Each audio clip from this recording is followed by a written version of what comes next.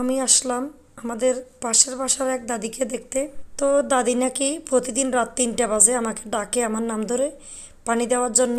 রাত 3টায় আমি তো ঘুমে থাকি, তো উনি আমাকে ডাকে, তখন তো আমি শুনি না। তো আমি ওনাকে দেখতে আসার পর উনি আমাকে এসব বলল।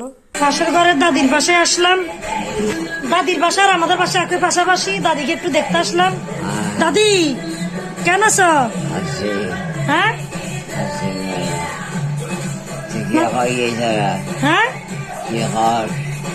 কি ব্যাপারে? না কিছু না হই, তুই এত পানি খুঁজছ? দাদি চট্টগ্রামের ভাষায় কথা বলে। তুই এত পানি খুঁজছ? তোমার তো লাতিয়ে পানি খুঁজছি কাঁদে কাঁদে। তুই এত লাতিয়ে পানি খুঁজছ? তাই আই নদী আই তো নুনি দাদি, উনি তো দিতাম পানি খাইও।